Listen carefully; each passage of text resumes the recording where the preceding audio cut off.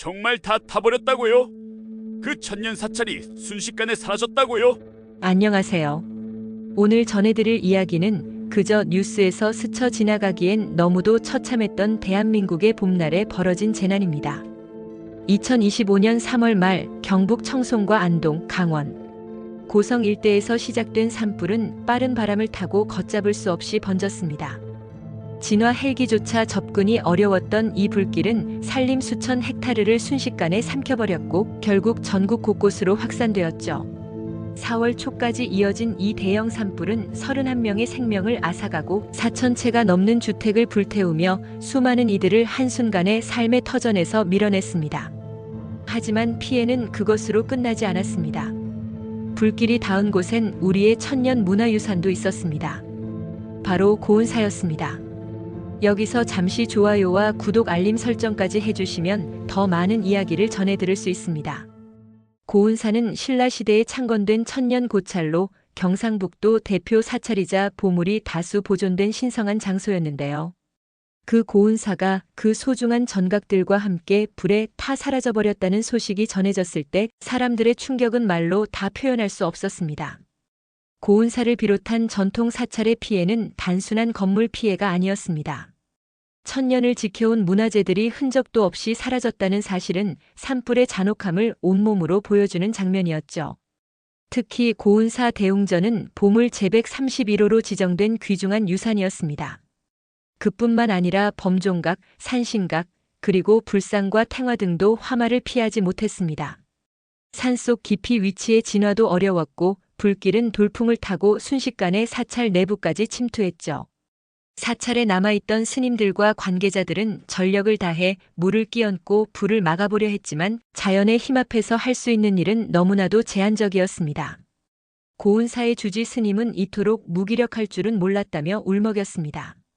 스님뿐만 아니라 이 사찰을 찾았던 수많은 국민들 역시 안타까움을 금치 못했죠. SNS에는 우리의 역사가 사라졌다. 불 속에 신성함마저 사라지는 느낌이었다는 글들이 쏟아졌습니다. 이 재해는 단순한 산불이 아닌 우리의 정신적 터전이 붕괴된 사건이었습니다. 화마가 가장 기승을 부리던 밤 현장은 말 그대로 지옥 같았습니다. 전국 각지에서 모인 소방대원들은 몇 날 며칠을 쉬지도 못한 채 현장에 투입됐습니다. 하지만 불길은 사람들의 의지를 조롱하듯 더 거세졌고 바람은 방향을 바꾸며 새로운 지역으로 불씨를 날렸습니다. 주택가로 번진 화재는 한 가족을 통째로 집어삼켰고 대피하지 못한 노인과 아이들이 잿더미 속에서 발견되는 일도 있었습니다. 주민들은 눈앞에서 무너지는 집을 바라보며 아무 말도 하지 못했고 어떤 이는 무릎 꿇고 흐느꼈습니다. 밤새 이어진 울음소리, 사이렌 소리, 그리고 불길이 내뿜는 괴성과 같은 소리는 누군가에게는 평생 지워지지 않을 악몽이 되었죠. 이 지점에서 사람들은 묻기 시작했습니다. 왜 하필 우리였을까? 왜 아무도 이걸 막을 수 없었을까? 그리고 도대체 이 절망 속에서 우린 무엇을 지켜야 했던 걸까? 그날 밤 한 장면이 많은 이들의 가슴을 울렸습니다. 붉게 타오르는 불길 사이에서 전신에 그을음을 묻힌 한 소방관이 주저앉아 울고 있었던 것이죠. 그는 문화재 진화팀의 일원으로 고운사 주변에 배치된 대원이었습니다. 사력을 다해 물을 뿌렸지만 고온의 열기와 순간적으로 몰아친 강풍에 결국 전각은 무너지고 말았습니다. 죄송합니다. 지켜드리지 못했습니다. 그가 혼잣말하듯. 중얼이는 소리는 주변 자원봉사자들과 언론인들의 카메라에 담겼습니다. 고운사에 남겨진 잿더미 위에 덩그러니 놓인 불탄 목탁 하나, 그것을 붙잡고 오열하던 그의 모습은 다음 날 SNS를 통해 전 국민에게 퍼졌습니다. 그리고 그 영상은 단순한 기록이 아니라 누군가에겐 각성의 메시지가 되었습니다. 그가 흘린 눈물은 단순한 감정의 표출이 아니라 우리가 얼마나 쉽게 소중한 것을 잃을 수 있는지를 보여준 경고이자 통곡이었습니다. 산불은 집만 앗아간 것이 아니었습니다. 가족의 역사가 담긴 사진들, 손때 묻은 책장, 자식이 결혼할 때 손수 만들어준 장롱. 그런 것들도 모두 타버렸죠. 청송군 한 마을의 노부부는 대피소에서 서로 손을 꼭 잡고 있었습니다. 인터뷰에 응한 할머니는 떨리는 목소리로 말했습니다. 그래도 살아서 다행이에요. 여기가 우리가 다시 시작할 땅이라 믿어요. 그 말은 많은 사람들에게 깊은 울림을 주었습니다. 아무리 모든 것을 잃었다 해도 두 손만 있다면 다시 시작할 수 있다는 용기. 그 노부부는 전국에서 모인 후원 물품 중에서도 자신들이 받은 것 일부를 다른 이웃에게 나눠주며 우리보다 더 필요한 분이 있잖아요 라고 웃어 보였습니다. 이런 모습은 인간이 처한 절망 속에서도 얼마나 강인한지, 얼마나 선한지를 보여주는 증거였습니다. 산불 소식이 전국으로 퍼지자 자원봉사자들이 속속 몰려들었습니다. 휴가를 내고 달려온 직장인, 트럭에 생수와 이불을 가득 싣고 찾아온 자영업자, 심지어는 학생들까지 사람들은 자신의 위치에서 할 수 있는 것을 찾아 움직였고 그 손길은 불길보다 더 빠르게 번졌습니다. 경북 지역 대피소에는 자원봉사자용 식사 배식줄이 50m 가까이 이어졌고 이들은 자신보다 먼저 이재민을 챙기며 묵묵히 뒤에서 움직였습니다. 또 어떤 자원봉사자는 이재민 아이들을 위해 장난감을 직접 만들었고 한 미용사는 대피소에서 어르신들의 머리를 깎아드리기도 했죠. 비극 속에서도 따뜻한 연대의 힘이 만들어낸 이 풍경은 산불보다 더 강한 사람의 온기였습니다. 모든 것을 태워버린 화염 속에서 기적처럼 살아남은 것이 있었습니다. 바로 고은사의 법당 뒤편에 모셔져 있던 작은 불상이었습니다. 그 불상은 수백 년의 시간을 품고 있었지만 불길의 방향이 미묘하게 비켜간 덕분에 연기 자국만 남긴 채 온전한 모습으로 발견되었죠. 구조 작업에 참여한 소방대원은 그 순간을 이렇게 회상했습니다. 이 작은 불상이 살아남은 걸 보고 저희도 울컥했습니다. 뭔가 지켜야 할 이유가 생긴 것 같았어요. 이 불상은 고은사 재건의 상징으로 보존되며 현재는 임시로 경상북도 박물관에 전시되어 있습니다. 사람들은 이 불상을 보며 모든 것이 무너져도 희망 하나는 남는다는 말을 되새기곤 합니다. 한편 이 소식은 해외 언론에도 실리며 한국의 정신적 유산을 지키려는 노력에 전 세계가 박수를 보냈습니다. 불상이 살아남았다는 소식과 함께 고은사 복원에 대한 관심도 커졌습니다.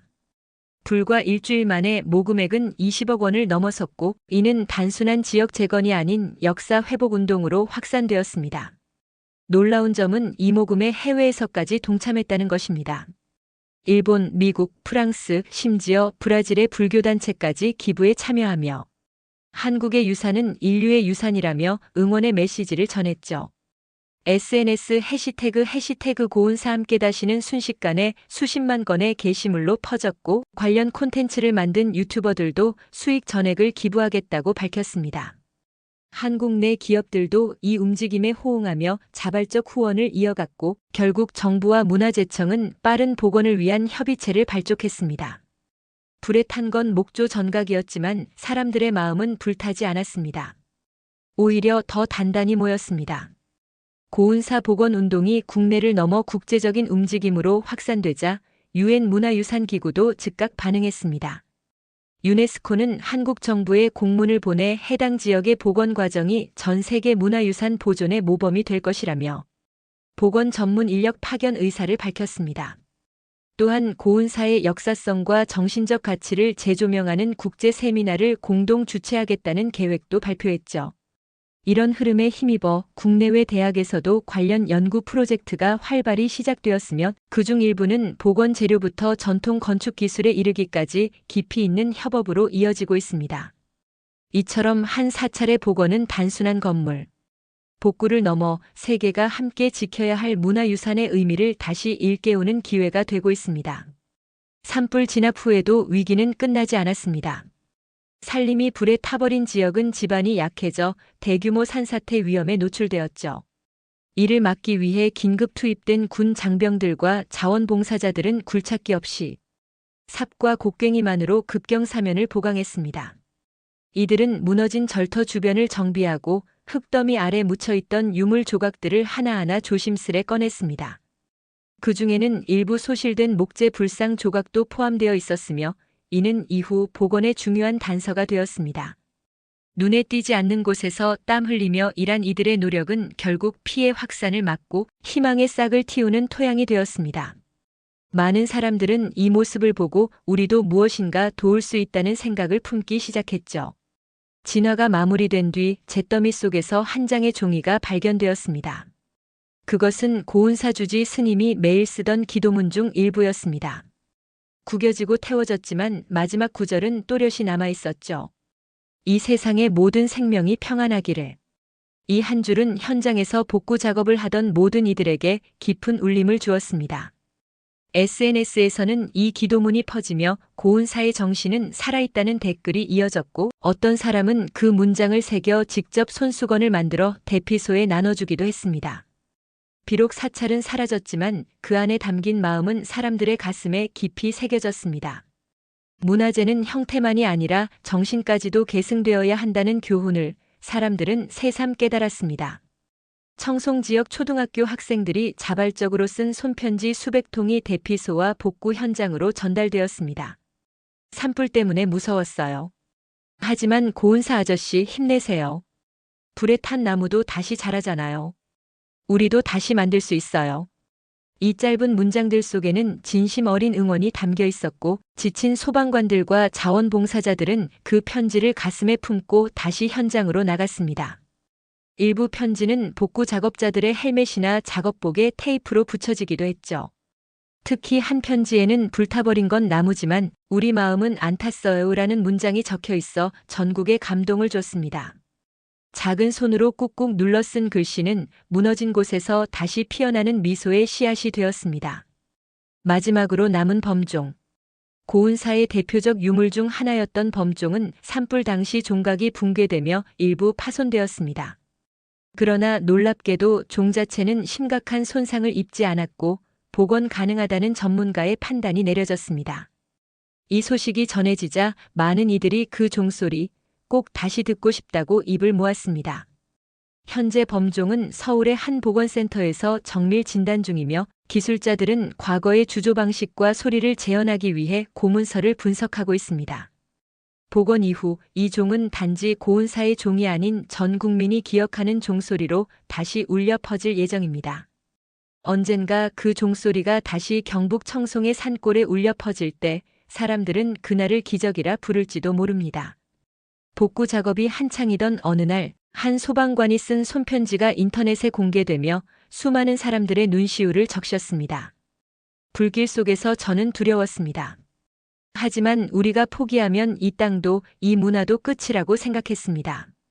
이 편지는 익명의 소방관이 대피소 구석에서 남긴 메모였으며, 동료가 이를 발견해 온라인 커뮤니티에 올리며 퍼지게 되었습니다. 국민들은 그 편지에 고맙습니다, 지켜주셔서 감사합니다라는 댓글을 수천 개 남겼고, 어떤 이는 그 글을 인쇄해 거리 벽에 붙이기도 했습니다. 무명의 영웅이 남긴 이 짧은 글은 다시금 우리가 어떤 마음으로 이 유산을 지켜야 하는지를 일깨워 주었습니다. 사찰의 전각과 불상뿐 아니라 고운사에서 전수되던 무형의 유산 또한 위협받았습니다. 전통 의식, 범패, 승무 등 고운사에서 이어지던 수행 문화는 사찰, 공간의 소실과 함께 중단 위기에 놓였던 것이죠. 이를 지켜보기만 할 수 없던 문화재청은 긴급히 관련 종단과 협력하여 임시 법당과 수행 공간을 설치하고 고승들과 전승자들을 위한 특별 지원금을 마련했습니다.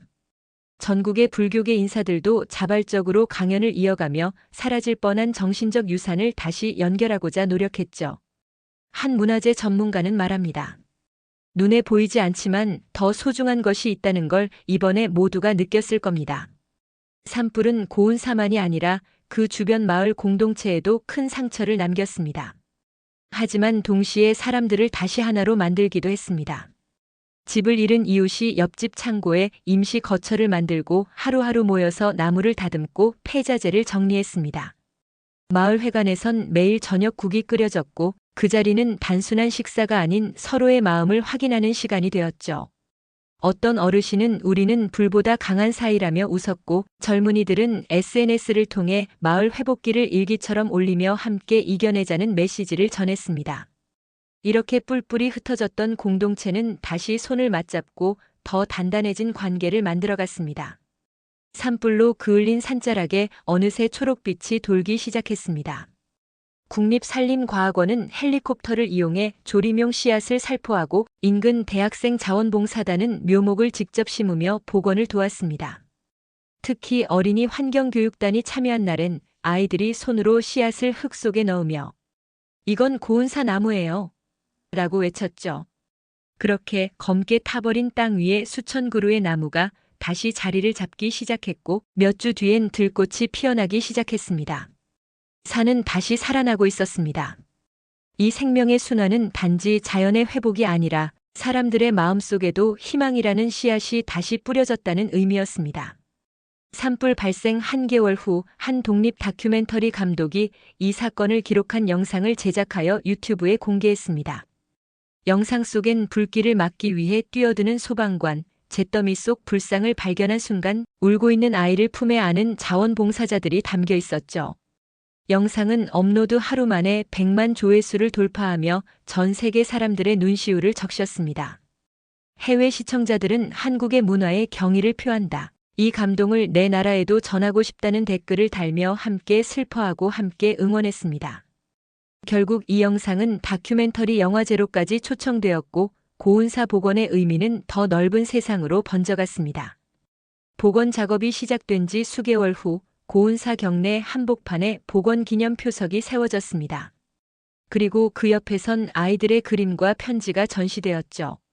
아직 완전한 복원이 이루어진 건 아니지만 사람들은 그 자리에 서서 미소를 지었습니다. 고운사에서 다시 첫 법회가 열리던 날 울려 퍼진 목탁 소리는 모두의 가슴을 울렸고 기도문을 낭독하던 스님의 목소리는 그날의 슬픔을 정화하듯 잔잔하게 퍼졌습니다. 많은 사람들이 그날을 우리의 마음도 함께 복원된 날이라 부르며 긴 시간의 아픔을 위로받았습니다. 그 봄 고운사는 다시 꽃을 피웠고 사람들의 마음도 함께 피었습니다. 이제 우리는 질문을 마주하게 됩니다. 이 고통을 겪고도 우리가 있는다면 진정한 복원은 가능할까요? 고운사의 재난은 단지 불이 남긴 흔적이 아닙니다. 그것은 우리가 얼마나 소중한 것을 당연하게 여기고 있었는지를 일깨우는 경고였습니다. 하지만 동시에 사람들의 연대와 희생, 그리고 희망의 불씨는 꺼지지 않았습니다. 이 이야기는 끝이 아니라 시작입니다. 다시 지어 올린 전각들보다 더 소중한 건 그 과정을 함께한 사람들의 마음일 테니까요. 오늘 이 영상을 시청해주신 여러분, 구독과 좋아요로 이 감동을 널리 퍼뜨려 주세요. 우리는 함께 기억하고 지킬 수 있습니다.